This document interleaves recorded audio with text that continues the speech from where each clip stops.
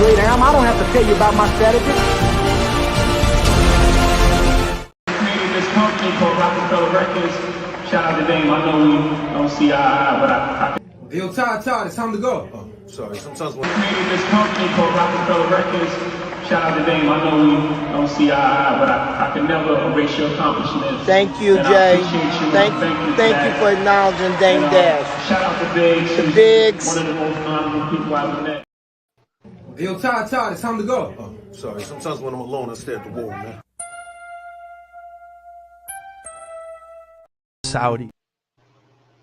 Saudis, they're the richest people ever. They just don't, it's not public.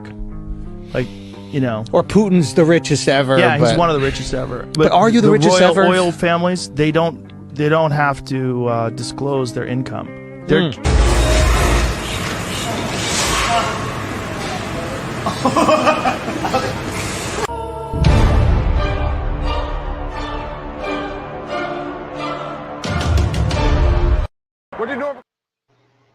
What you doing for Christmas?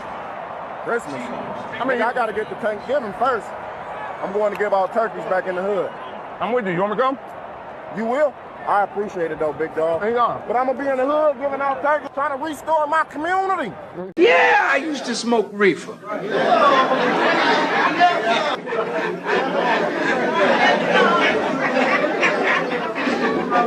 What? I mean, I have no motherfucking fear. I have no fear. I have only ambition, and I want mine. And I will do anything to protect and feed my family. What up, world? You already know what time it is. Your boy Man is the host with the most nominees. The back, no boast. All I ever did was put a toast to the real folks who done paved the way and the real way for us players to play. I got my right hand with me. Yeah. On a Sunday night, as usual. WI in the building, in the place to be. You saying fine? Everything blessed? Yeah, I can't call it. Just on the clock. You already know how that goes. So how you feeling on this nice Sunday night? Easy at the moment. You know, I'm just on the ones and twos, but you know, it's a beautiful day nonetheless. Happy St. Patrick's Day to all my Irish folk out there. You know what I'm saying? Salute. Yeah. You know, St. Patty's. Yeah, it's all commercial, you know. Well, shout out to them, man. We get to drink. We got a little parade going on. That's what's up. Yeah, man. It's a regular thing, you know. Word up. So, what's good out there, man? So, have you heard what's good in the news? You know what I'm saying? It's a lot of bullshit that's going on in the news, particularly with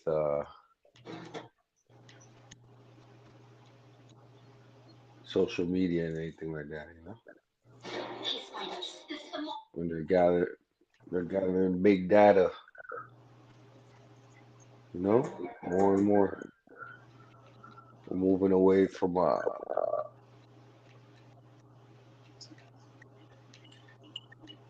natural way of doing things, you know. Everything's digital.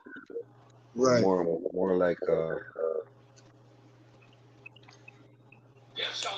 AI, you know, it's taking over basically. So, in the grand scheme of things, they just want to, you know, they just want to trace your patterns, you know, how you do things. You know what I'm saying? Right. So, is that good in the long run? That's what you gotta ask yourself.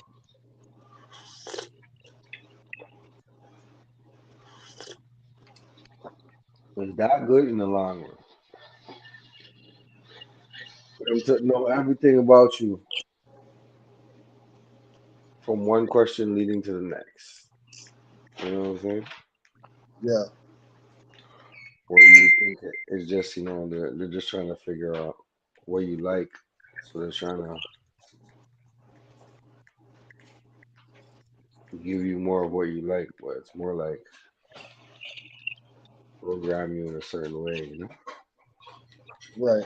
to receive more of what you think you like. You know what I'm saying? They're trying to take all that data so they could try and manipulate certain things, right? Yeah. Once they see a pattern on what you do, I guess that's when they try to not even try. They gather that information and use it for whatever it might be.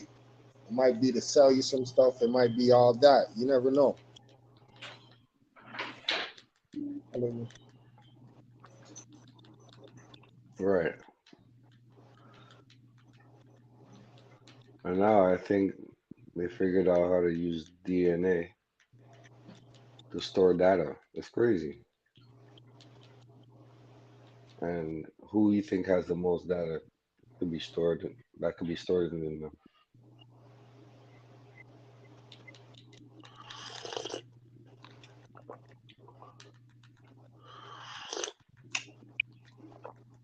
black folks. Because the right. melanin.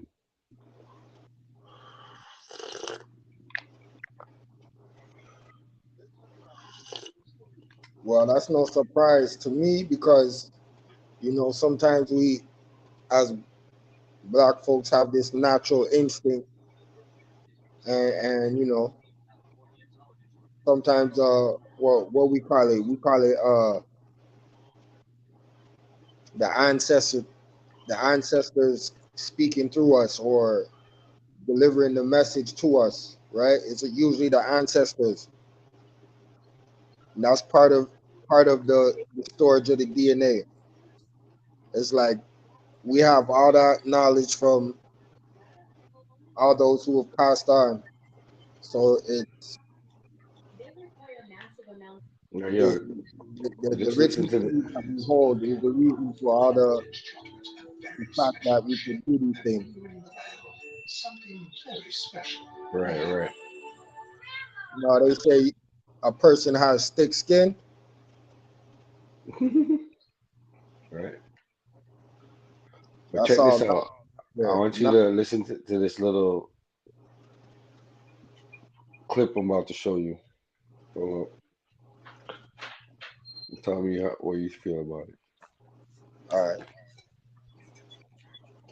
Hmm?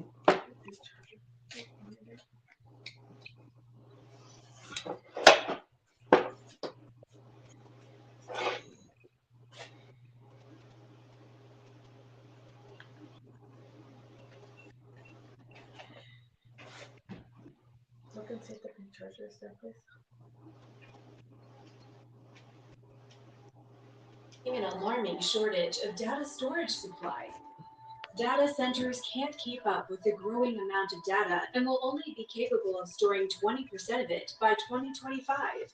They require massive amounts of electricity to run and produce as much emissions as the airline industry.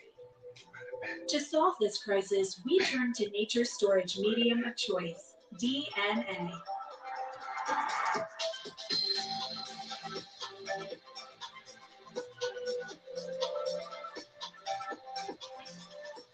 DNA is millions of times denser at storing information compared to traditional technologies. It also stores data safely for thousands of years and requires no energy to run. All of the world's data can be stored in just one class of DNA. How does it work? Every digital file consists of binary code. We take those ones and zeros and convert them to a sequence of base pairs that make up DNA. The resulting DNA chain is collected in a lab tube, where it will keep the data safely stored. To retrieve the data, we run the DNA through a sequencer, which decodes the data back to its original binary form.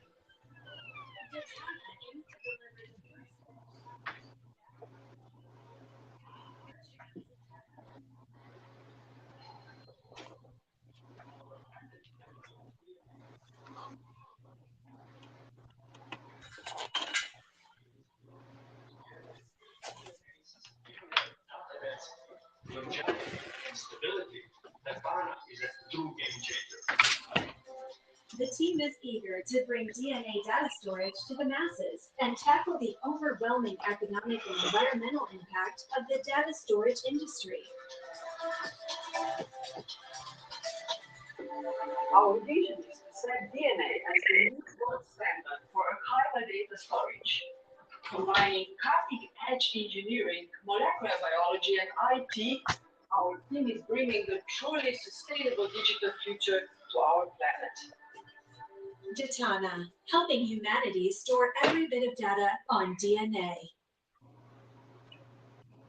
Are you tired of deduplicating your Salesforce data?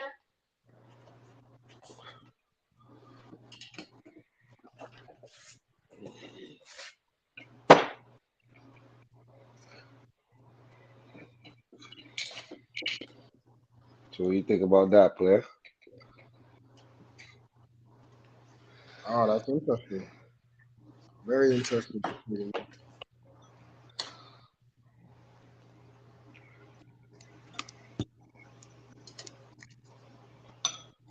So what do they mean by DNA? Bringing DNA to the human race. What? Data and DNA. So there's a data shortage, so they're using bodies now to collect data. Is that what it is? Or just DNA? Right. I mean, you got to look into that. That's a good question, man. Real talk. DNA storage, data storage. Okay, so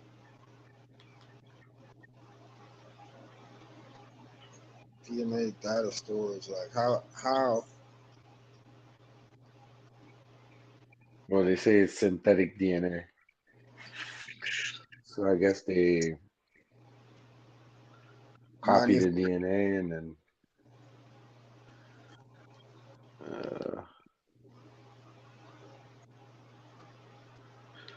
let's look at this one from 8 years ago.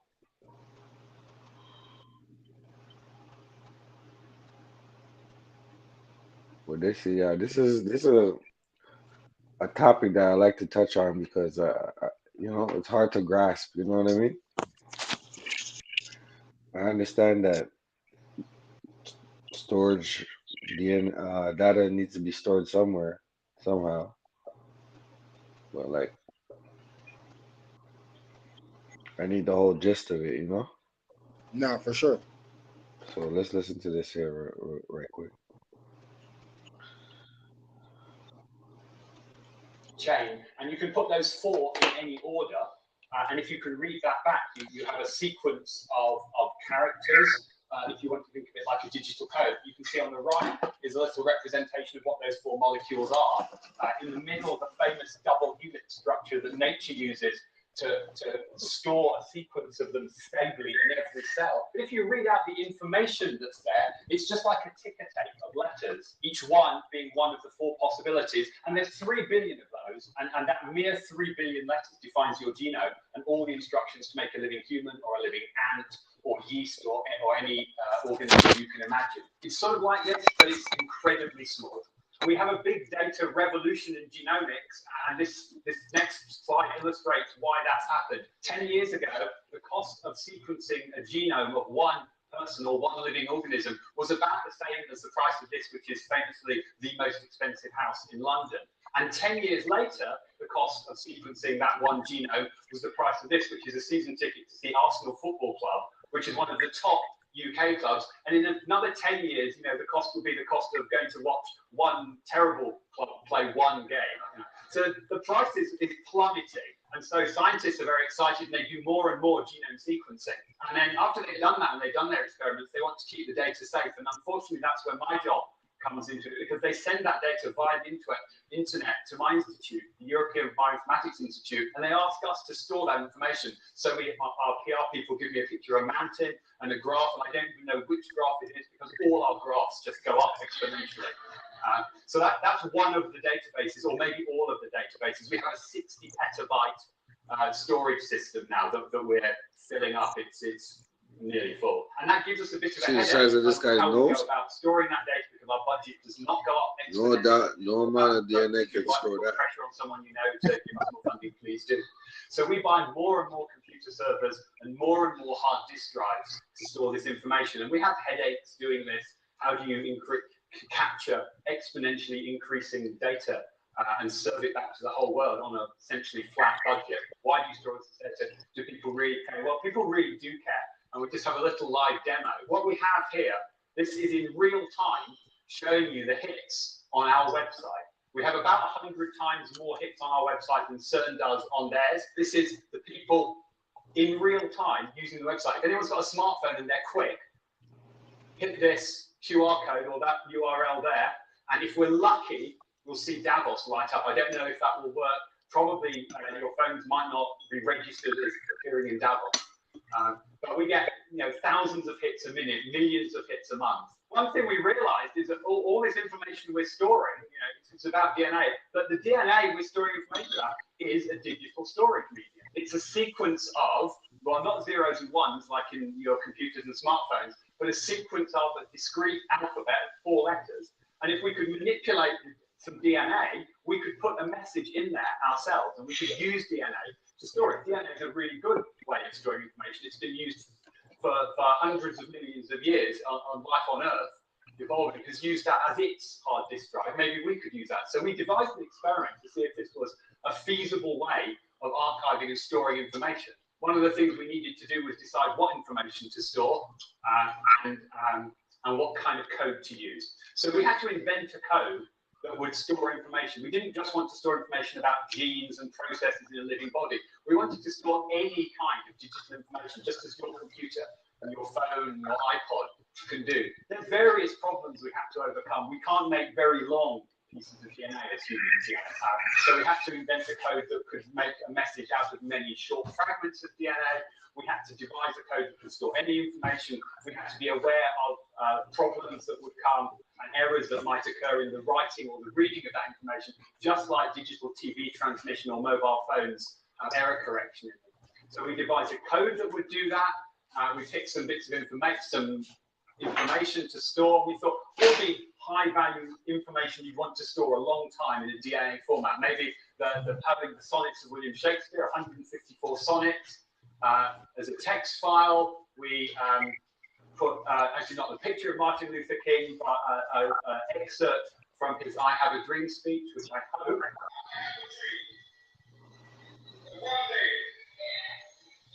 This nation will rise up, let out the tremendous street. We always choose to be self-evident, that all men are created.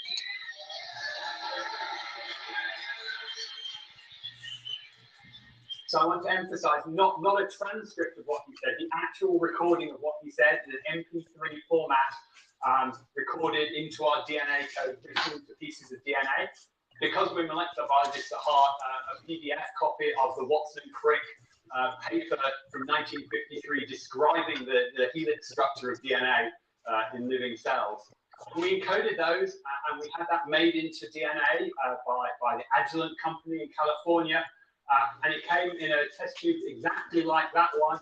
It wasn't nearly full. In fact, when it arrived on I opened the box up and I held it up and I thought something had gone wrong because it was empty. And my more skilled molecular biology friends had to explain to me that tiny smudge of dry dust sticking to the bottom of the tube was the actual DNA. And it was a tiny, tiny speck. If the whole thing was full, we would have a petabyte of information in there. And that's hard to imagine what something the size of your finger with a petabyte of information is. So in other terms, I've just paced out the size of the stage. By my calculations, if you laid out CD-ROMs all over the stage, you get about 1,000 of them on here. If you did that 1,000 deep, so it'd be up to about here somewhere, this whole stage, this deep in CDs, right, that's a petabyte. So you can either have that much information stored in that format or something the size of your finger in DNA. So it's really compact. That's why earlier on I reminded you that DNA is very small. And we devised our entire experiment from information on the top left on my computer, my laptop computer. We sent that to Agilent in California. They synthesized the DNA for us. They sent it back by courier. Thank you, FedEx. It came back to us in Cambridge. We did a bit of purification. In fact, it went over to our German laboratories because that's where we have our sequencing facility. It was read in a DNA sequencing machine exactly the same as used for human genomics or any genomics experiments around the world. And we recreated the computer files back on my laptop, and it doesn't make for a very good image, but they come out exactly the same. They weren't just similar. Every single bit, every single zero and every one was correctly reproduced. So we have essentially a proof of principle that we don't just have to marvel at the way nature has evolved the system to store information in DNA in every living being, but we can use a very similar kind of system and use the same chemical molecule that's so good for storing information. I have a few sciencey bits, but I'm always warned, like Stephen Hawking said, have no equations, and I should probably have no graphs, but I can't resist. We did various studies in order to get our scientific paper published. What I'm showing on the left that I don't expect anyone to fully understand in the 1 minute I'm going to devote to it is the fact that for the size of our experiment, our coding system is reasonably efficient and works quite well. As you store more and more information, there's some technical issues you have to deal with about how you reconstitute that information, and it gets marginally less efficient. And we were asked, would it still be viable to larger amounts of data? And what we showed is that from our experiment, which is sort of on the left-hand side of the graph, over to all the information on any device on the entirety of planet Earth, we're still pretty efficient for the 3 zettabytes data point represents, and we remain adequately efficient even up to many, many orders of magnitude more information. So basically it does scale up quite well. But if you want an easier image to take home with you, you could get all the information in the whole world encoded in a DNA format in the back of one, and for Americans in one SUV, and for the English in the back of one estate car. So you don't need many, many data centers all over the world. All that much information, in principle, would fit in one vehicle. Can we get the information back out? Well, we can do that. That's pretty efficient. That's what this revolution in DNA sequencing technology that's brought you the season ticket priced genome has brought. I have actually the latest devices. Look like that. Actually, I have a slightly more up-to-date one here that can go around the room. This device could sequence, well, they're in beta testing at the moment, but within months, people will be able to sequence a whole genome in a day or so. I'm very happy to go around the room, but I do need it to come back to me at the end.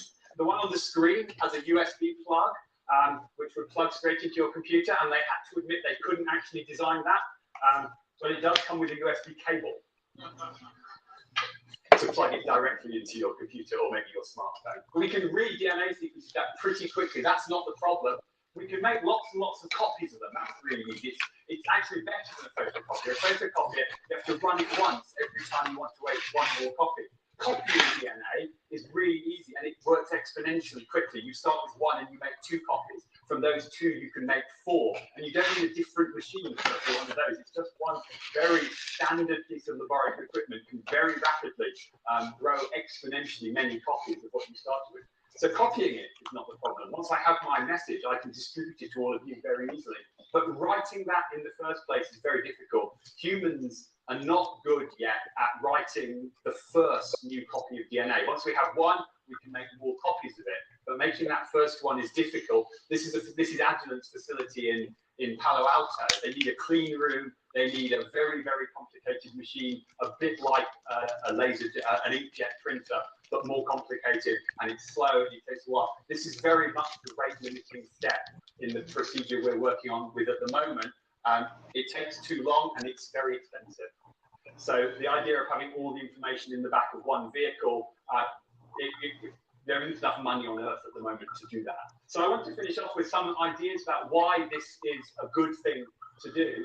And depending on your age, you will recognize or not recognize some of these. But what they illustrate is a whole bunch of digital media or potentially digital media that have been used. I have used every single one of these. If you've got any of these things lying around in your house or your office or in your garage or whatever, you won't be able to read them anymore. I'm pretty sure about that.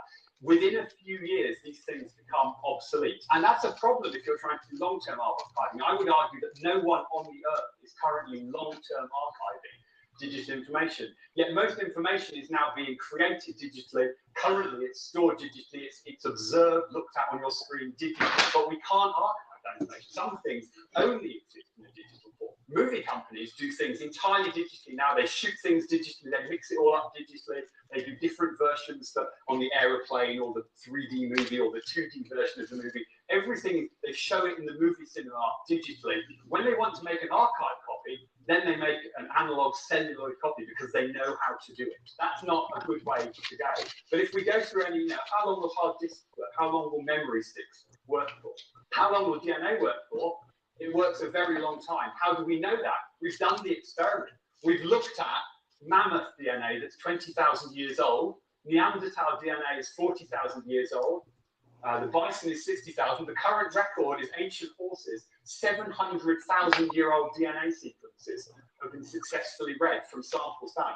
That wasn't even a carefully done experiment. That was a dead horse that lay there somewhere cold. If you do something careful with it, you can make the DNA last much longer. We have the facility already, essentially. It's not difficult, it's not complicated. All you need is somewhere that's cold and dark and dry. And even those aren't entirely necessary, but they're the best conditions. The global seed vault in Svalbard in Norway already exists. What they actually store there is seeds, but this is a facility. It costs almost nothing to run. There are no staff there. It's in the Arctic Circle. As long as you shut the door, it's dark in there. It's freezing cold. It keeps it dry. It's very cheap to run a facility that can store this kind of information. If you want to do it yourself, your refrigerator is just perfect. And if you're really conservative, your freezer is just perfect.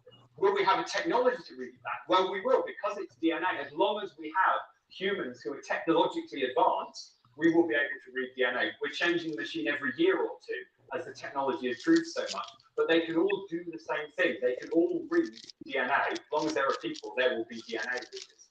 The same is not true of a floppy disk drive or probably a USB memory.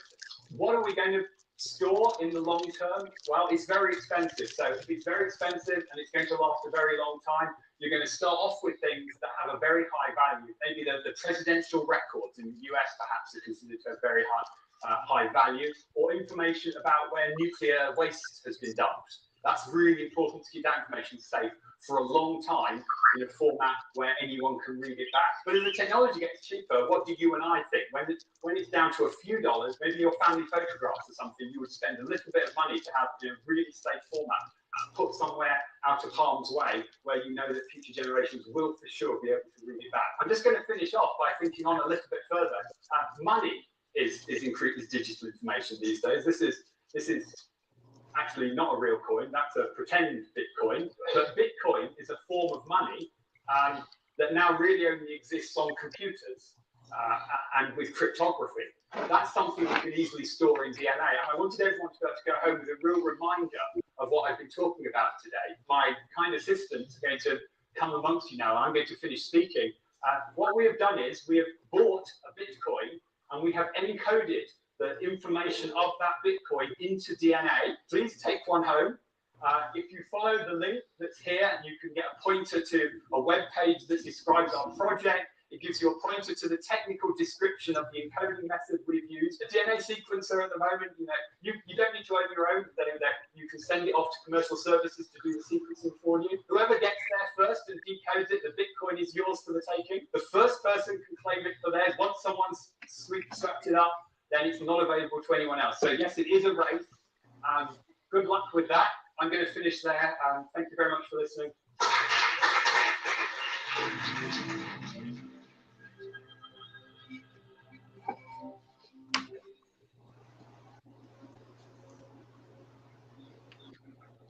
So there you have it. You heard what he said, right? Yeah. Somehow no better way to travel this place. DNA The Expedia tracks can be stored and lets you know if the price goes up. So for a long period of time. You can go searching for all the advanced links. But the thing is to make the what is it? Write out the first DNA strand so they could duplicate it. Yeah. Or how are they gonna do that?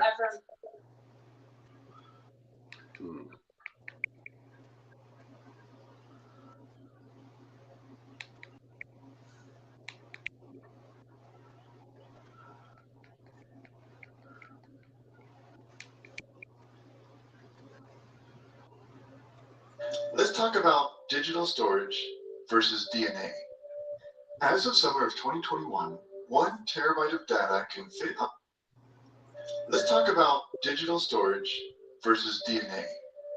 As of summer of 2021, 1 terabyte of data can fit onto a single micro SD card like this one. But let's zoom in. Did you know that 1 terabyte of data encoded into DNA could easily fit into a cube this size?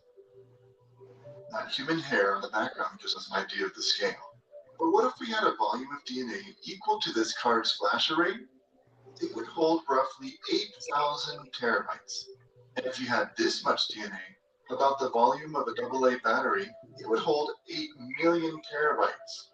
This is the equivalent of 500,000 16 terabyte hard drives. And you could easily fit all the data stored on Earth today into a few pink buckets of DNA. By the way, you have twice this amount in your body. Yo, you got to play that one over. That one was straight to Let's the talk point. about Listen digital to storage versus DNA. As of summer of 2021, 1 terabyte of data can fit onto a single micro SD card like this one. But let's zoom in. Did you know that 1 terabyte of data encoded into DNA could easily fit into a cube this size? That human hair on the background gives us an idea of the scale. But what if we had a volume of DNA equal to this card's flash array? It would hold roughly 8,000 terabytes. And if you had this much DNA, about the volume of a AA battery, it would hold 8 million terabytes. This is the equivalent of 500,000 16 terabyte hard drives. And you could easily fit all the data stored on Earth today into a few paint buckets of DNA. By the way, you have twice this amount in your body. Wow. Okay, I get it now.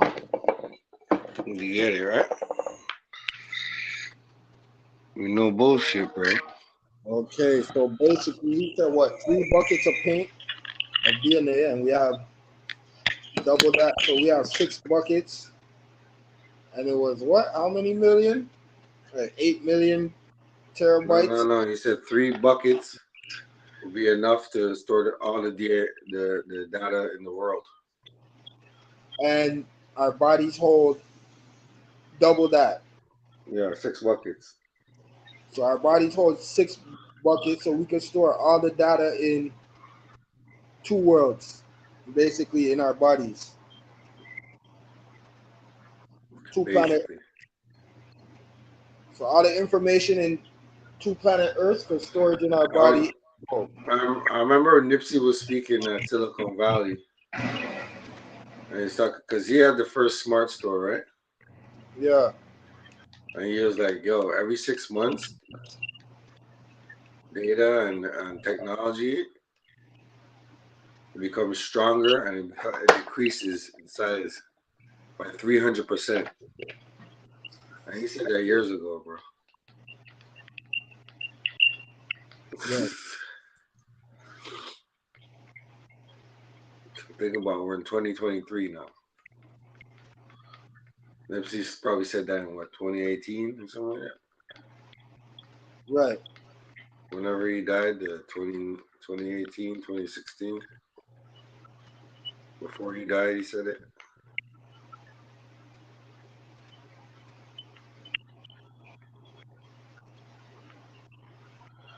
So it's kind of spooky, you know?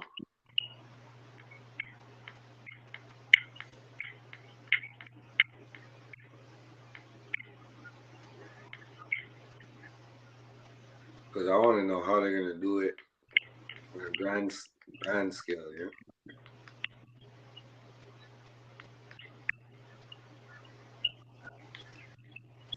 How do you extract this said DNA? Right. Is it just as easy? Is a versatile molecule. Not only is it responsible for giving us our UV blocking complexion, at the cellular level, it gobbles up harmful radicals that lead to diseases such as cancer and Parkinson's. But that's only the beginning. Over the past decades, researchers have focused on what might be melanin's most promising talent yet discovered, the ability to conduct electricity. That's important, because if we fancy a future where environmentally benign electronics help us fight disease, monitor our health, and store energy, we're going to need bio-friendly materials. And what better material for the job than one made right in-house? This is melanin in its most common form. When it comes to electrical charge, melanin acts as a sort of bank, always ready to lend out or take electrons depending on the environment. Chained together, as they naturally tend to do, melanin molecules can shuffle electrons and surrounding ions end to end. The result is an all-natural electrode material. In terms of performance, it's not on par with the electronic materials we find in our phones and laptops. But because melanin is 100% compatible with our body's makeup, it's a much safer starting material for building electronic devices, both for us and the environment. Researchers have shown that melanin can act as a switch when sandwiched between metal electrodes, turning on and off under different applied voltages. It seems like a simple trick, but that switching behavior is critical to the operation of any computing device. Polydopamine, a synthetic melanin analog, has been used to extract harmful metal ions from water. And polydopamine-coated nanoparticles have been shown to boost the sensitivity of tests designed to seek out diseases like HIV, Zika, and cancer. Researchers are still learning how melanin behaves when surrounded by the machinery that makes useful electronics work.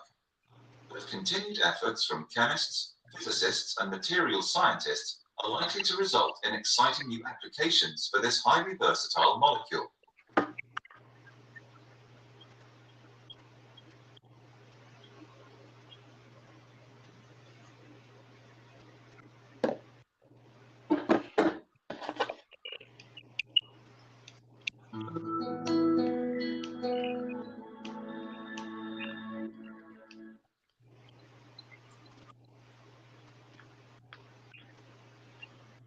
Yeah, man.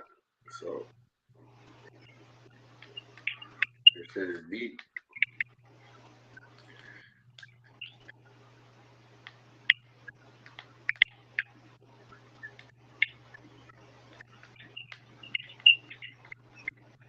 Because really and truly, how much data do we really need to store? You know?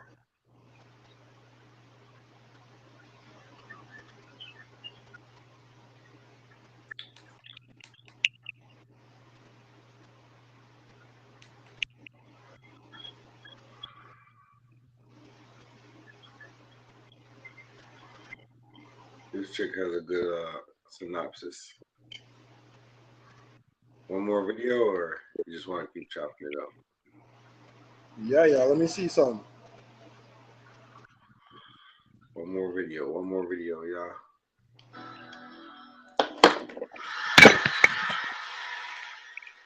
I could fit all movies ever made inside of this tube. If you can't see it, that's kind of the point.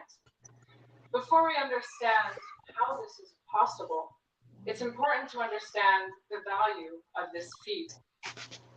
All of our thoughts and actions these days through photos and videos, even our fitness activities, are stored as digital data. Aside from running out of space on our phones, we rarely think about our digital footprint. But humanity has collectively generated more data in the last few years than all of preceding human history. Big data has become a big problem. Digital storage is really expensive, and none of these devices that we have really stand the test of time. There's this nonprofit website called the Internet Archive. In addition to free books and movies, you can access web pages as far back as 1996. Now, this is very tempting, but I decided to go back and look at the TED website's very humble beginnings. As you can see, it's changed quite a bit in the last 30 years. So this led me to the first ever TED back in 1984. And it just so happened to be a Sony executive explaining how a compact disc works. Now, it's really incredible to be able to go back in time and access this moment. It's also really fascinating that after 30 years, after that first TED, we're still talking about digital storage. Now, if you look back another 30 years, IBM released the first ever hard drive back in 1956. Here it is being loaded for shipping in front of a small audience. It held the equivalent of one MP3 song and weighed over 1 ton. At $10,000 a megabyte, I don't think anyone in this room would be interested in buying this thing, except maybe as a collector's item. But it's the best that we could do at the time. We've come such a long way in data storage. Devices have evolved dramatically, but all media eventually wear out or become obsolete. If someone handed you a floppy drive today to back up your presentation, you'd probably look at them kind of strange, maybe laugh, but you'd have no way to use the damn thing. These devices can no longer meet our storage needs, although some of them can be repurposed. All technology eventually dies or is lost, along with our data, all of our memories. There's this illusion that the storage problem has been solved, but really we all just externalize it. We don't worry about storing our emails and our photos. They're just in the cloud. But behind the scenes, storage is problematic. After all, the cloud is just a lot of hard drives. Now, most digital data, we could argue, is not really critical. Surely we could just delete it. But how can we really know what's important today? We've learned so much about human history from drawings and writings in caves, from stone tablets. We've discovered languages from the Rosetta Stone. You know, we'll never really have the whole story though. Our data is our story, even more so today.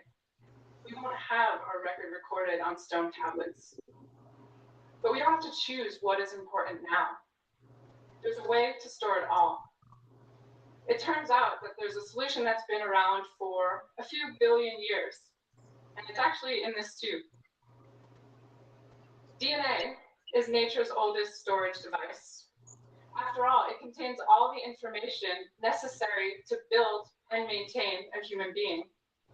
But what makes DNA so great?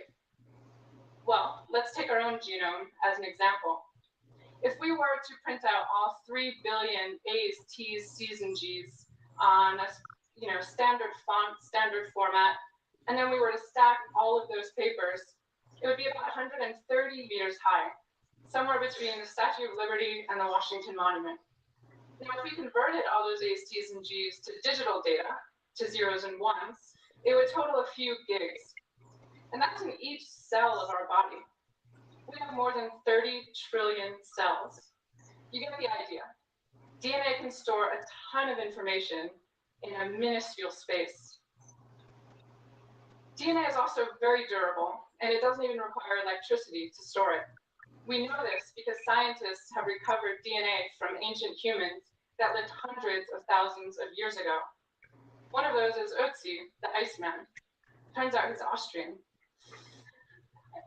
He was found high, well preserved in the mountains between Italy and Austria. And it turns out that he has living genetic relatives here in Austria today. So one of you could be a cousin of Ötzi. The point is that we have a better chance of recovering information from an ancient human than we do from an old phone. It's also much less likely that we'll lose the ability to read DNA than any single man-made device. Every single new storage format requires a new way to read it. We'll always be able to read DNA. If we can no longer sequence, we have bigger problems than worrying about data storage. Storing data on DNA is not new. Nature's been doing it for several billion years. In fact, every living thing is a DNA storage device. But how do we store data on DNA? This is photo 51. It's the first ever photo of DNA, taken about 60 years ago. This is around the time that that same hard drive was released by IBM. So really, our understanding of digital storage and of DNA have co-evolved. We first learned to sequence or read DNA, and very soon after, how to write it or synthesize it. This is much like how we learn a new language. And now we have the ability to read, write, and copy DNA. We do it in the lab all the time. So anything, really anything, that can be stored as zeros and ones can be stored in DNA. To store something digitally, like this photo, we convert it to bits, or binary digits. Each pixel in a black and white photo is simply a 0 or a 1. And we can write DNA much like an inkjet printer can print letters on a page. We just have to convert our data, all of those zeros and ones, to A's, T's, C's, and G's. And then we send this to a synthesis company. So we write it, we can store it, and when we want to recover our data, we just sequence it. Now, the fun part of all of this is deciding what files to include. So we're serious scientists, so we had to include a manuscript for good posterity. We also included a $50 Amazon gift card. Don't get too excited, it's already been spent. Someone decoded it. As well as an operating system, one of the first movies ever made, and a pioneer plaque. Some of you might have seen this. It has a depiction of a typical, apparently, male and female, and our approximate location in the solar system in case the Pioneer spacecraft ever encounters extraterrestrials. So once we decided what sort of files we want to encode, we package up the data, convert those zeros and ones to A's, T's, C's, and G's, and then we just send this file off to a synthesis company. And this is what we got back. Our files were in this tube. All we had to do was sequence it. This all sounds pretty straightforward, but the difference between a really cool, fun idea and something we can actually use is overcoming these practical challenges. Now, while DNA is more robust than any man-made device, it's not perfect. It does have some weaknesses. So we recover our message by sequencing the DNA. And every time data is retrieved, we lose the DNA. That's just part of the sequencing process. We don't want to run out of data, but luckily, there's a way to copy the DNA that's even cheaper and easier than synthesizing it. We actually tested a way to make 200 trillion copies of our files, and we recovered all the data without error. So sequencing also introduces errors into our DNA, into the A's, T's, C's, and G's. Nature has a way to deal with this in our cells, but our DNA is stored, our data is stored in synthetic DNA in a tube. So we had to find our own way to overcome this problem. We decided to use an algorithm that was used to stream videos. When you're streaming a video, you're essentially trying to recover the original video, the original file. When we're trying to recover our original files, we're simply sequencing. But really, both of these processes are about recovering enough zeros and ones to put our data back together. And so because of our coding strategy, we were able to package up all of our data in a way that allowed us to make millions and trillions of copies and still always recover all of our files back. This is the movie we encoded. It's one of the first movies ever made, and now the first to be copied more than 200 trillion times on DNA. Soon after our work was published, we participated in an Ask Me Anything on the website Reddit. If you're a fellow nerd, you're very familiar with this website. Most questions were thoughtful, some were comical. For example, one user wanted to know when we would have a literal thumb drive. Now, the thing is, our DNA already stores everything needed to make us who we are. It's a lot safer to store data on DNA in synthetic DNA in a tube. Writing and reading data from DNA is obviously a lot more time consuming than just saving all your files on a hard drive, for now. So initially, we should focus on long-term storage. Most data are ephemeral. It's really hard to grasp what's important today or what will be important for future generations. But the point is, we don't have to decide today.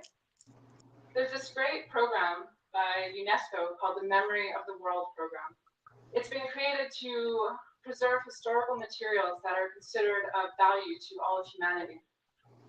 Items are nominated to be added to the collection, including that film that we encoded. While a wonderful way to preserve human heritage, it doesn't have to be a choice. Instead of asking the current generation, us, what might be important in the future, we could store everything in DNA. Storage is not just about how many bytes, but how well we can actually store the data and recover it. There's always been this tension between how much data we can generate and how much we can recover and how much we can store. Every advance in writing data has required a new way to read it. We can no longer read old media. How many of you even have a disk drive in your laptop? Never mind a floppy drive. This will never be the case with DNA. As long as we're around, DNA is around, and we'll find a way to sequence it. Archiving the world around us is part of human nature. This is the progress we've made in digital storage in 60 years, at a time when we were only beginning to understand DNA. Yet we've made similar progress in half that time with DNA sequencers. And as long as we're around, DNA will never be obsolete. Thank you.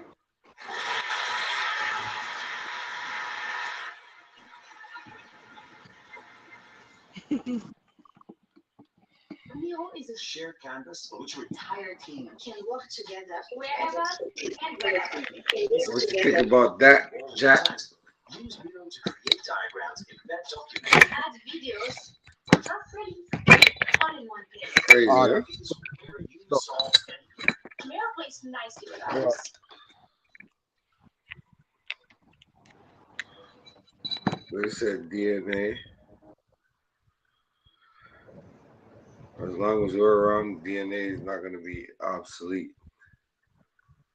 Peace to the God, peace to the God. Virgo gang.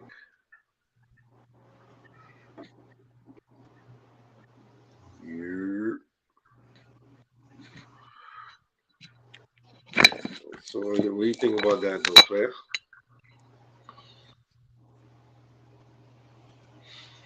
That's crazy. Oh, boom. She said, as long as we're around, DNA will not be obsolete. What the hell does that mean? Right. Right. And the fact that they're gonna store stuff on it that the world deems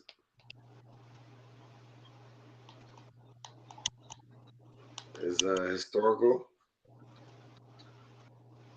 People gonna vote on it and shit. That's great. What is that supposed to mean?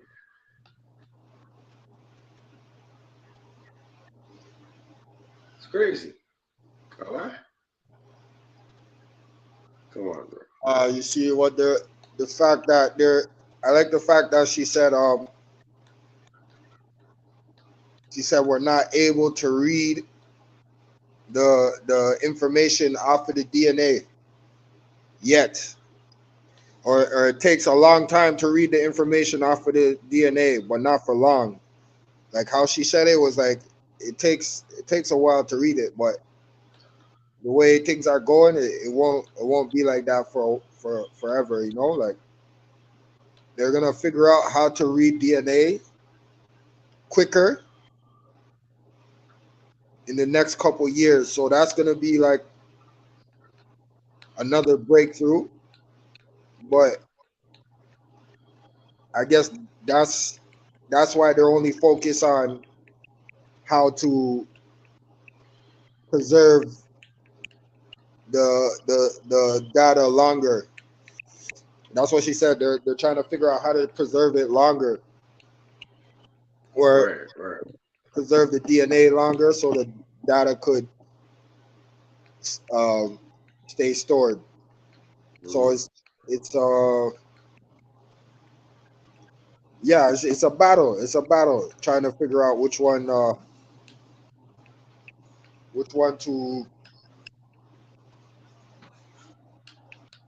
Hold on, give me 2 seconds.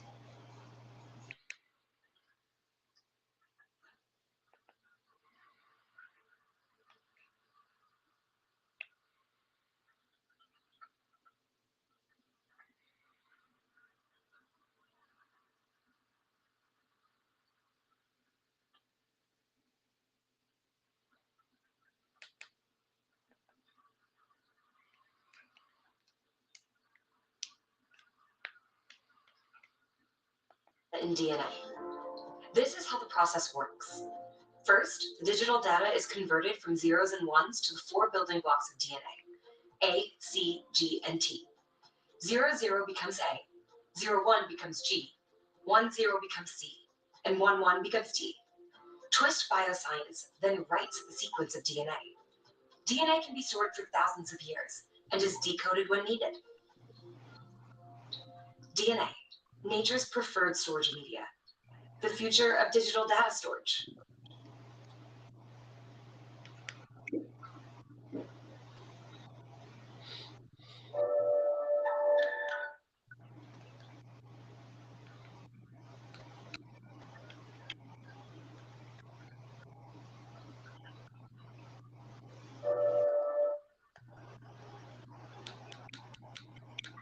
Well, we'll see how it goes, man. Yeah, man. Because as technology advances, well, you know everybody's not gonna be on live. Pardon? Because like there's half of the world that don't really have Let's talk about digital storage. access to computers like that. I think most of the world has cell phones. So, I guess a lot of DNA is being stored. I mean, data. Let's talk about DNA data. Same shit, right? Wow.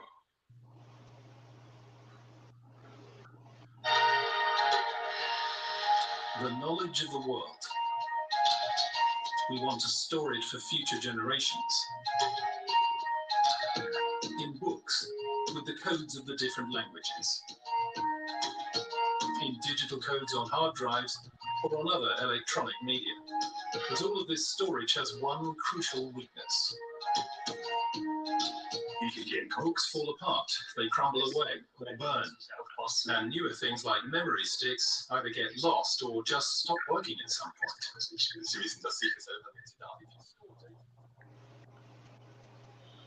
One more video, guys. Data is a familiar problem. 10-year-old CDs may not function anymore.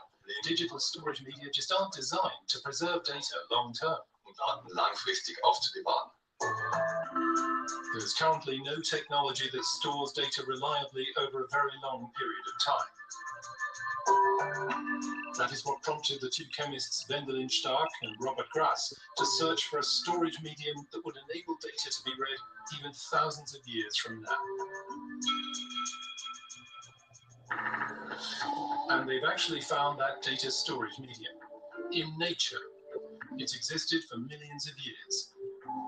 All the information about life on Earth is contained inside it. It's the oldest code in the world, DNA. When we store information digitally, we use zeros and ones. That's what we have on our computers or disks. But we can also use nature's building blocks for this. These are A, C, T, and G, the 4 bases of the genome. So we now simply translate the sequence of zeros and ones into ACTG language. So the researchers take nature and combine it with technology. For example, every character in a book can be translated into digital code.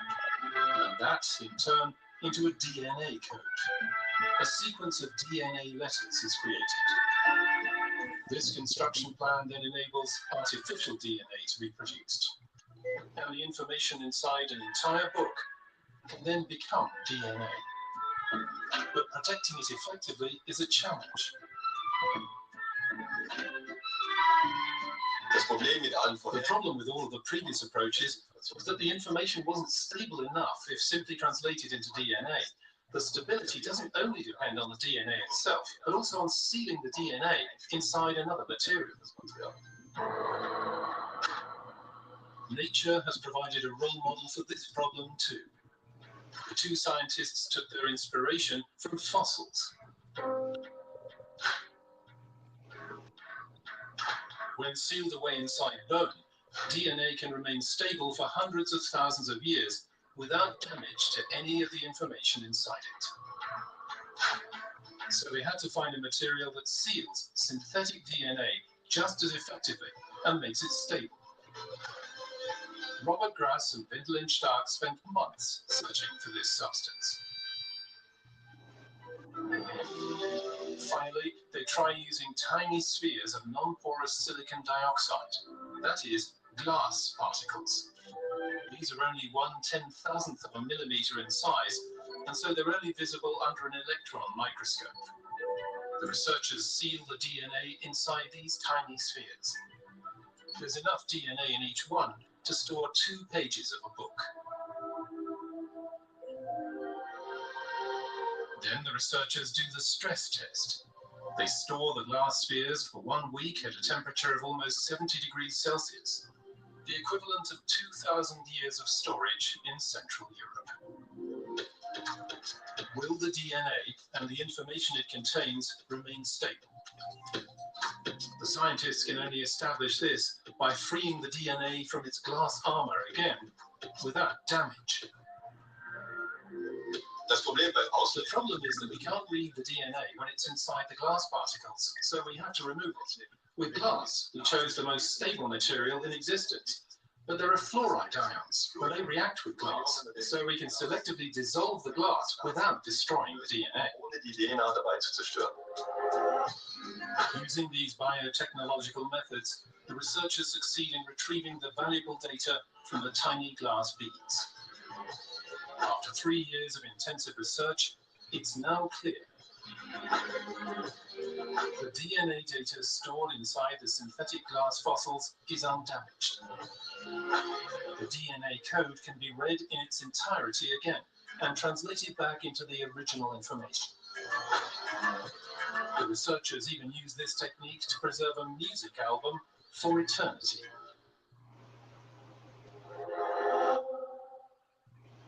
But it's not only data that can be stored using this method. Grass, Stark, and 2 of their colleagues found the spin-off company Helixa AG in order to market their invention for stored DNA sealed inside glass. These invisible DNA markers are a sort of identity card that cannot be forged. They are non-hazardous, so they can be transferred to any product. For instance, to textiles, tropical fruit, gold, or even diamonds. In this way, the product's origin can be traced from production through processing to the end consumer. Saving data in DNA is currently still expensive and only possible in the laboratory. But Robert Grass and Wendelin Stark believe that the technology will prevail and soon become more widespread. With these technologies, data can be stored for very long periods, probably millions of years, far longer than with any digital media today. And DNA is the basic component of our own biological information, so we'll always be able to read it. And as with other technical developments, we can assume the devices will also be a huge amount smaller, more manageable, cheaper, and more widespread. 400,000 terabytes of data, the equivalent of all the films currently available on YouTube, can be stored in just a tiny amount of DNA. With this method, today's technology will be revolutionized.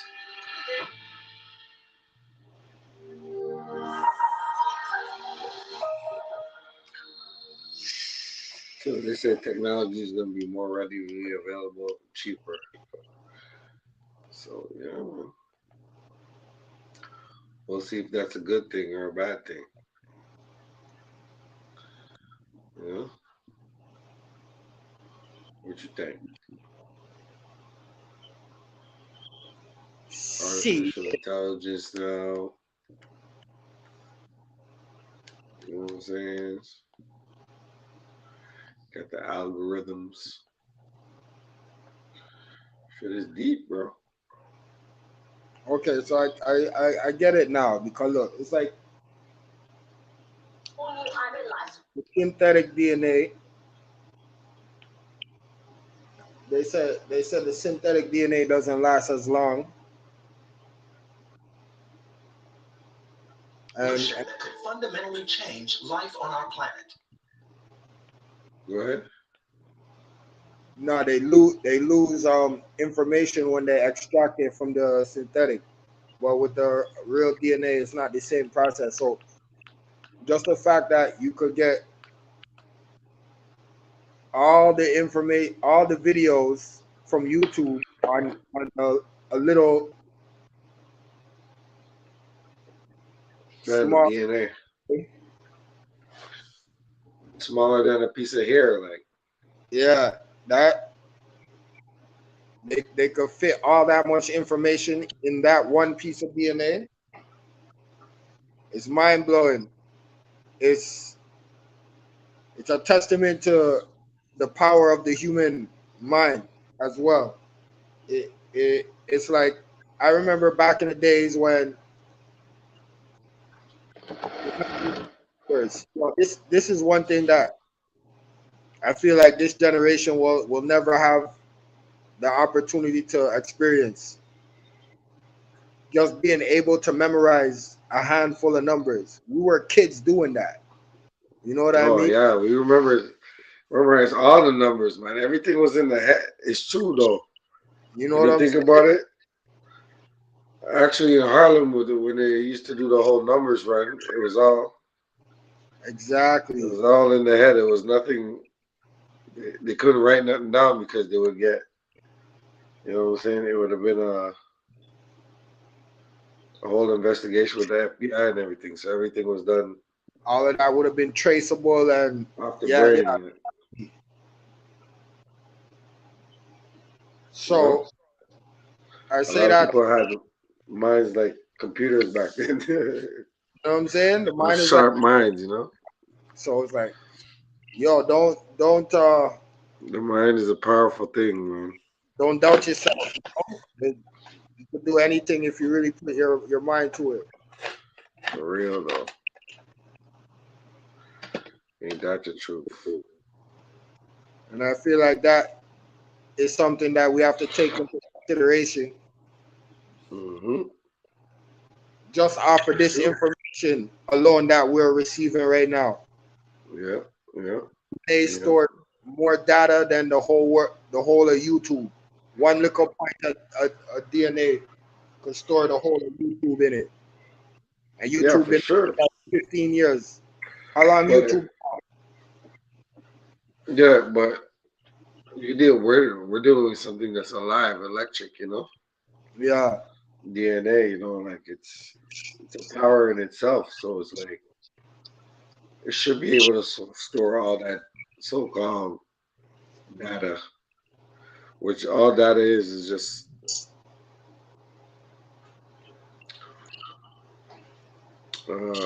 it's just a film of what transpired, you know, before. So right.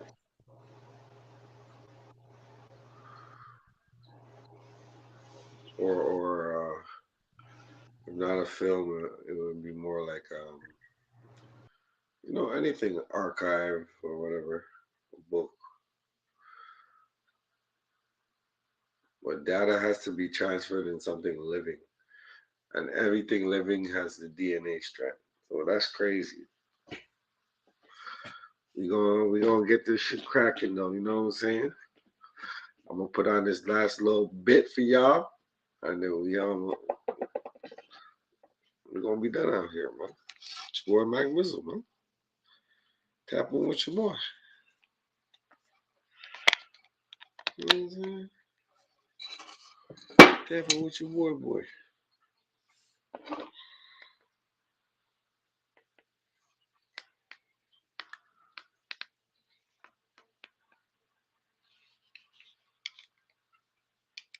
Work, mobility, medicine, the economy, and communication.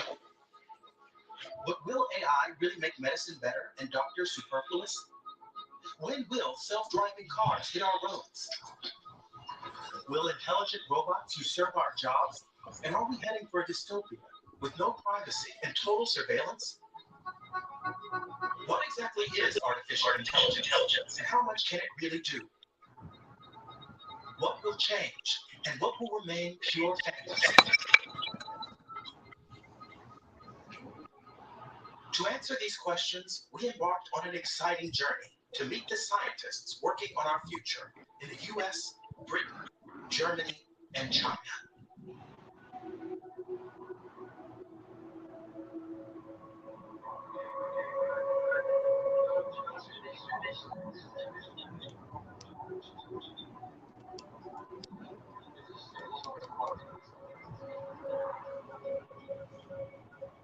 Our first stop, Silicon Valley in California. Apple, Google, and Facebook all have their headquarters here. It's the epicenter of the digital revolution. The tech industry has changed the face of the San Francisco Bay Area. New startup companies launch every day. Brands have exploded, and artificial intelligence is the buzzword. A new type of supermarket recently opened its doors here. Amazon Go. All you need here is an app. Hold your mobile phone to the scanner, and you're in.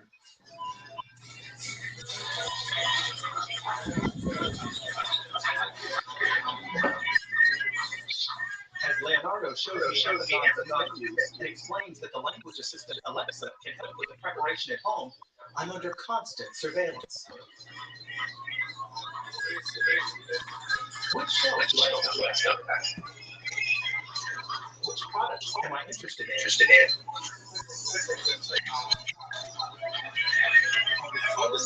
Sensors and cameras. Intelligent image recognition captures my every move. What do I take off the shelf? What do I put back? And what do I take with me? This branch is still in its test phase, but Amazon plans to open 50 such grocery stores this year alone. The end of the sales assistant. Just walk out. No more standing in line. No cashiers. I feel a bit like a shoplifter as I leave. Comfort at the cost of privacy. Receipt.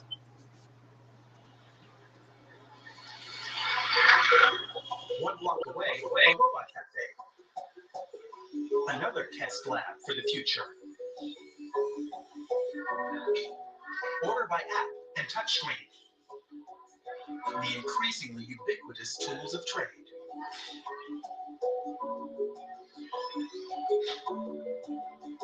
My first ever cup of coffee served by a robot. So this is the taste of the future. AI will change our shopping experience, but what will happen to employees? Stanford University is at the forefront of global AI research with an annual budget of $6.5 billion.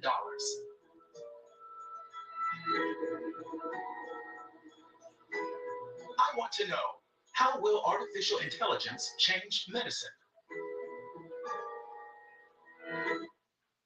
Joel, Nova Scotia does not have over 13,000 kilometers of coastline. You want to...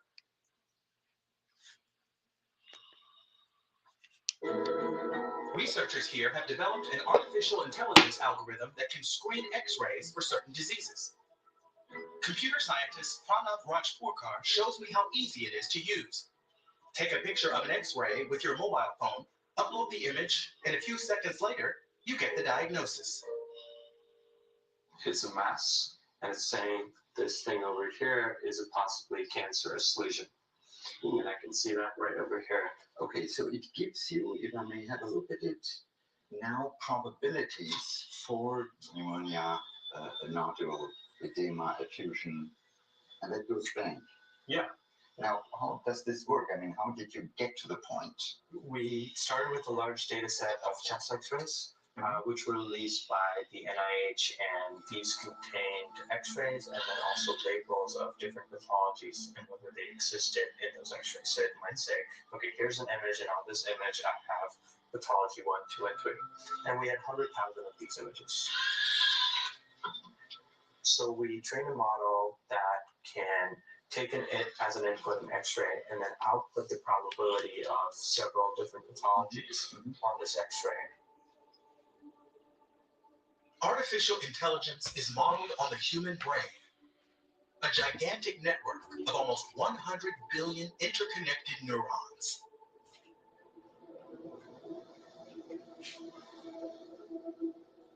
Put in very simple terms, this is how a brain cell works. Incoming impulses are passed in a domino effect from one neuron to the next.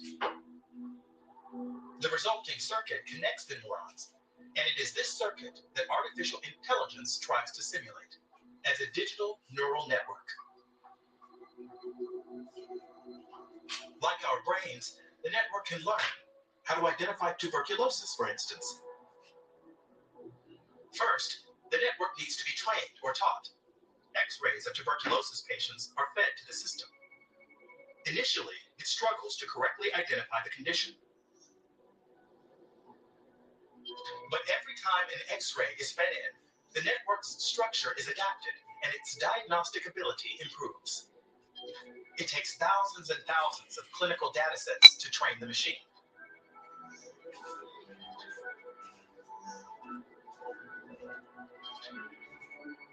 Only after the network is optimized in this way can it correctly identify an unknown X-ray.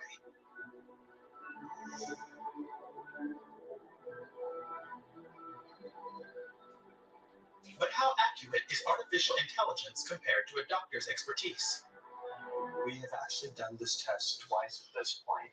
Once with a set of studies from the NIH data set that we had a group of radiologists label, and then we compared the accuracy of the model to the radiologists, and we found that they were very similar in terms of accuracy on most pathologies. On one of them, the model was outperforming the radiologists, and on three of them, the radiologists were outperforming the model. And then we repeated the experiment, this time using a data set from Stanford, which we recently released, which is 200,000 chest x-rays. And then we had a similar setup where we had three subspecialty radiologists. These are very uncommon, very trained radiologists to decide what the ground truth for a particular set of images was. And then we compared general radiologists to the algorithm at the task and found that they had similar levels of performance. So these are all Stanford radiologists, so their training should be good. Yeah. Reading X-rays accurately is a complicated process, but artificial intelligence is making fast progress.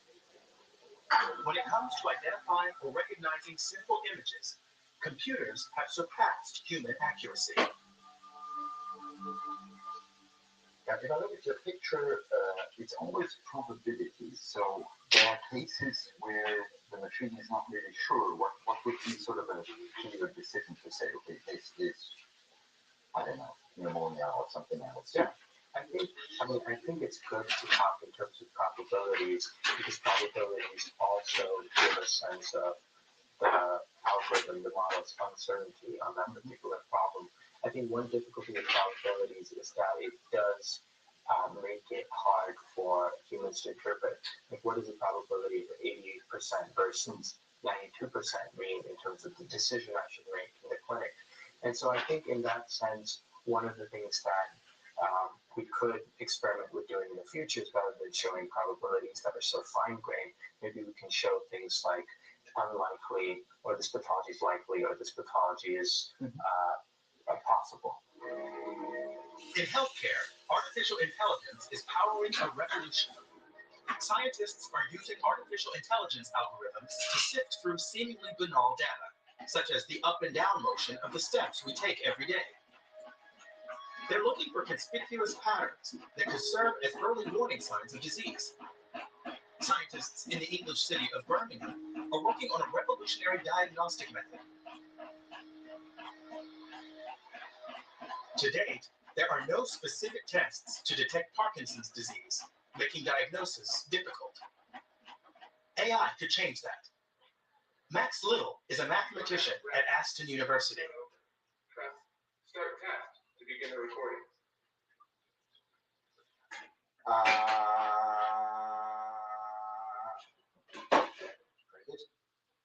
Voice changes can be an early indicator of Parkinson's. Max and his team collected thousands of vocal recordings and fed them to an algorithm they developed, which learned to detect differences in voice patterns between people with and without the condition. In a lab-based study of the recordings, the algorithm was able to correctly identify a Parkinson's diagnosis nearly 99% of the time. Max Little's work is an example of the far-reaching changes AI is bringing to the field of medicine. It's no longer just doctors who are using artificial intelligence to develop new diagnostic methods, but data scientists, programmers, and mathematicians like Max.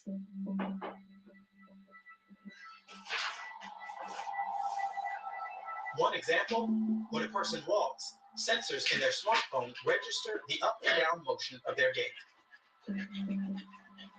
But what information can be gleaned from such data? If we measure the pattern of someone's walking behavior, then someone who's healthy we might measure the accelerometer to look like that. Okay, so it's just the sort of movement you would have here. Yeah, the hips going up and down regularly, that kind of thing, along their pace.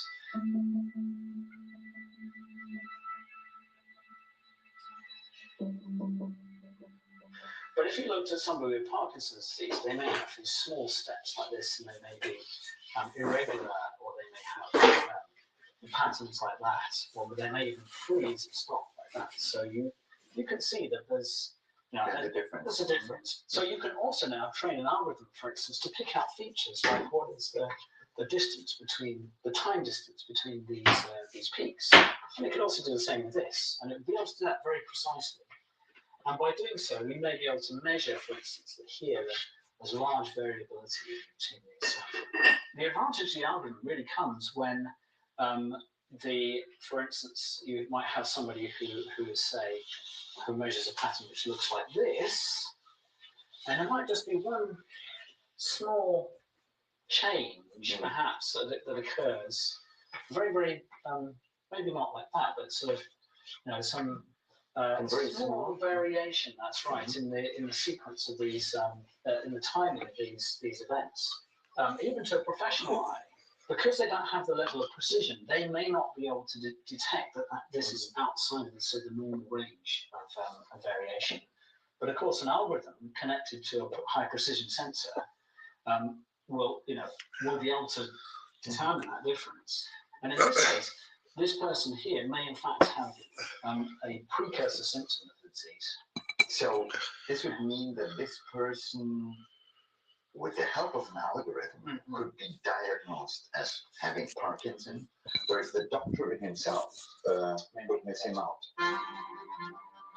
That could, for the first time, make it possible to detect precursor symptoms of Parkinson's and enable early intervention. Yo, yo, yo. But what else does the data on our smartphones reveal? Right now, you have already apps tracking your So what do you think of that? activity. Yeah. So in fact, the data might be already there. Well, the data potentially could be there. That's right. But there are ethics about whether we collect that kind of data and use it for. Even the doctor's job is becoming obsolete. AI on everything, eh? Everything.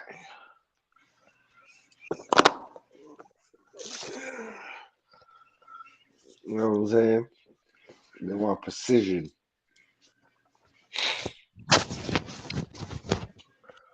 Now, would you trust an AI program over a doctor?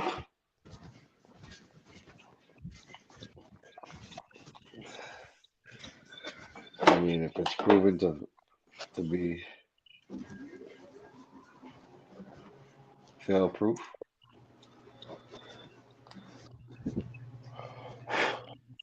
But it's like, I don't know. Pardon? It's like, I don't know. It's kind of hard to determine who am I putting my trust into. You know?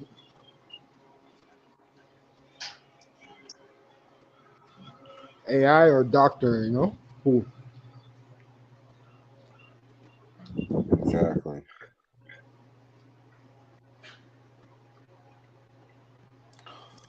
Exactly. That's the problem. Problem out here, man. You know what I'm saying? But we're heading in that direction, so we just gotta be prepared for it, because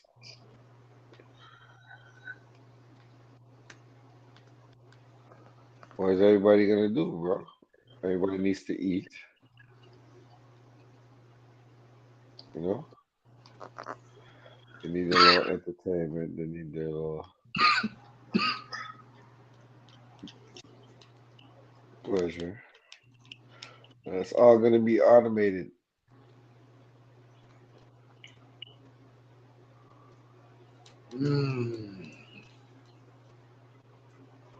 Right You at their see, disposal.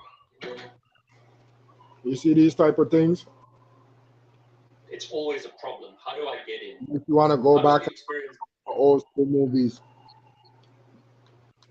like you see the Fifth Element. Yeah, on Fifth Element, The Matrix, for sure. There's a lot of gems in the Fifth Element, that Yeah. show us certain things that are like actual, that are actually happening. Like, well, obviously they're not gonna show us that, but a lot of this DNA storage and it's in the Fifth Element. Like you'll see, not only that movie, but like that's one of those ones though for sure. A lot of movies, bro. A lot of movies. Right. Hmm? What's our next one? Demolition Man Demolition Man. with Sylvester Stallone and what's his name? It's the dawn of a new Wesley century. Snipes. After 2 decades A of lot of economic boom, the American finance future industry information is more pick prosperous up than ever. what happened. Like they always put it This in. explosive growth is a new type of company that just 20 years ago was totally unimaginable. Vanguard, the nation's first and largest index fund. The captain of Vanguard is a man with unlimited ambition, who through sheer force of will built a financial empire.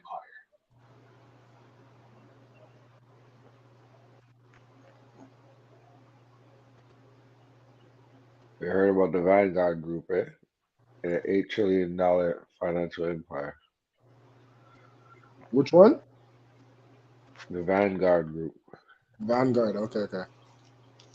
Yeah, we're gonna have to do a show on that one too. It's the dawn of a new So yeah, century. we've been out here for an hour and a half, chopping it up with y'all. You probably have this to bring for it.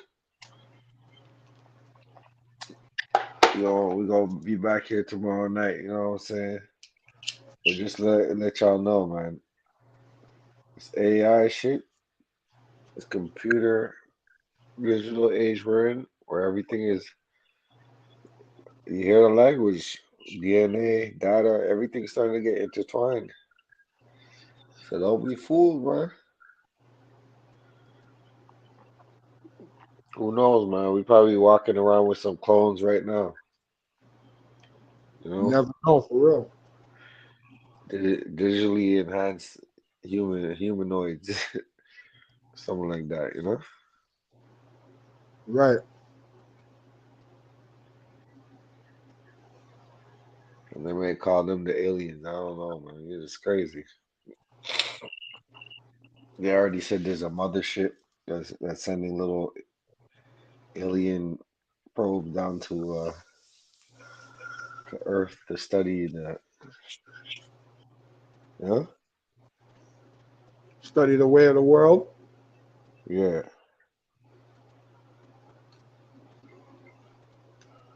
Or they're coming back to see how far we evolved. exactly. You What know? movie is that? Oh yeah, the Fifth Element. I'm telling you, the Fifth Element shit is real now.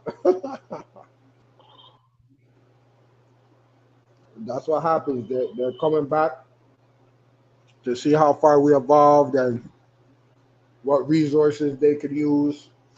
Right.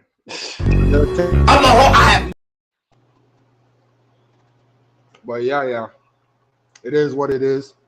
We definitely got to stay aware. Keep bringing these people this good info. For sure, for sure. You know how we do. My people,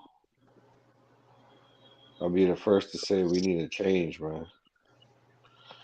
And then Right. again, you can't fight the inevitable, man. So going into this, Information age, we're past that, eh?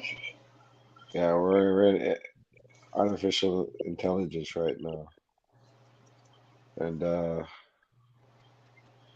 hope we just keep our humanity about each other, man. That's all. This shit is getting deeper. You know, Right. pretty much everything is digital, bro. Exactly. Everything. Yeah.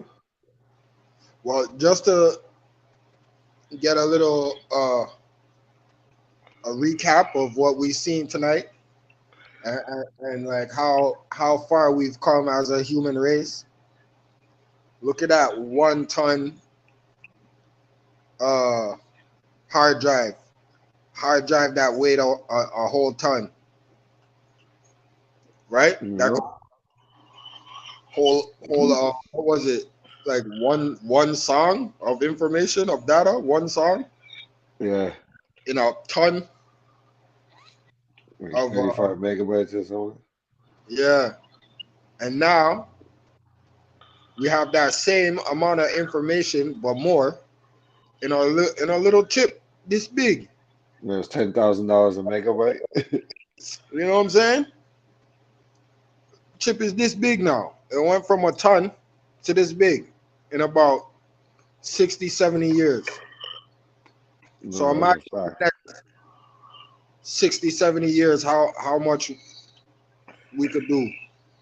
It's gonna be a hair that's gonna hold, like they said, hold all the information of the YouTube for the past 50 years in a hair. Yo, that's insane. So, It's insane, right? yeah, So guys. technology has more to uncover, bro.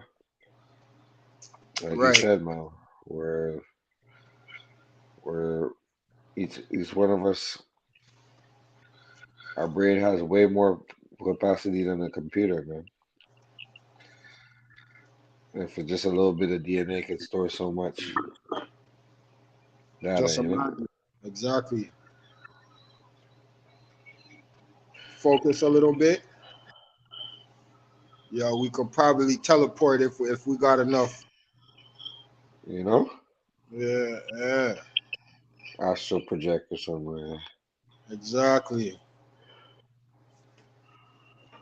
Nah, for real though. I think about that, man, when you're out there on your phones and shit like that. Think about how deep shit you get. How much data that goes into everything that we do, you know? How much shit they're collecting on us, you know? Every single day.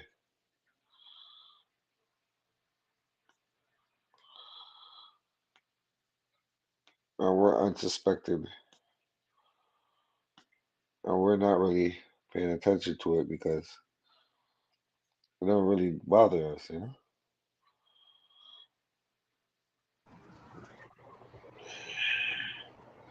'Cause at the end of the day, we think it's normal, you know?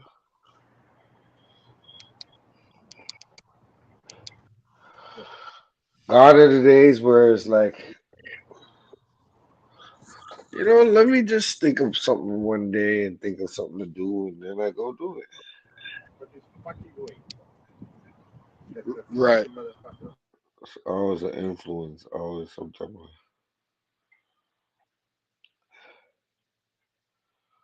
bullshit that you gotta do it.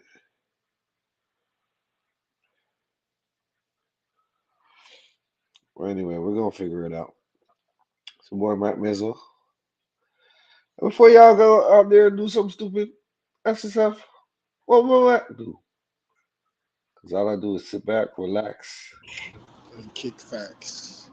and try to get this whole shit under wraps. You know what I'm saying? Because, god damn, It's a lot. It's a lot for it's a sure. lot.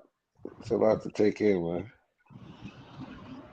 So we have more conversations like these, man. I'm gonna send out the Straight up. links next time to other brothers, Let's see what we can chop up. Any last words, my brother, before we Nah, sign out?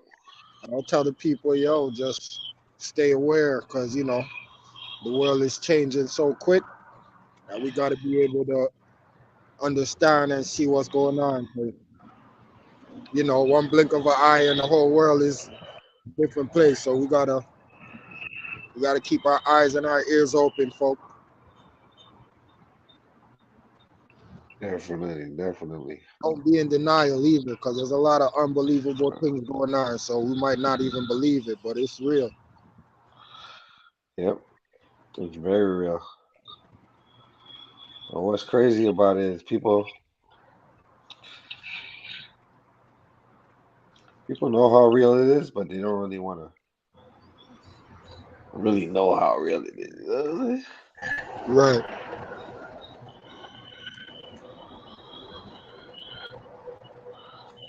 I really want to know, man, because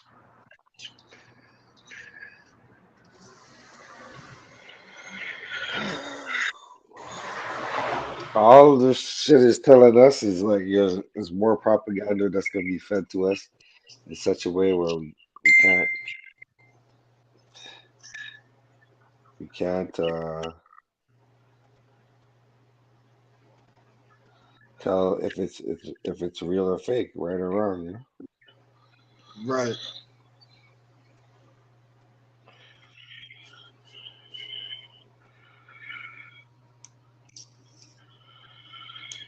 because people don't do research like they used to. How many kids you think know how to go to a library and then research from books in the library?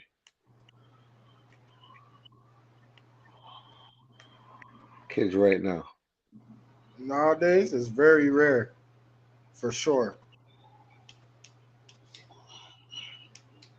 right?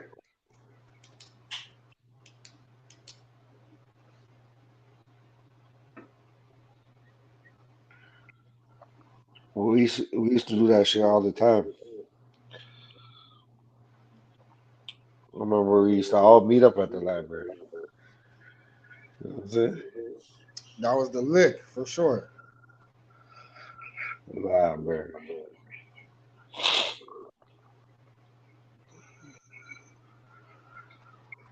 No, it's crazy. Anyway, remember, keep it real in the field. Forget how they feel. Signing out, your boy Yeah. Matt Mizzle. Catch me tomorrow, the same black time, same black channel. You dig? 11ish. All right, fam. Yes, sir. Hold up. Tomorrow's another day. Yeah.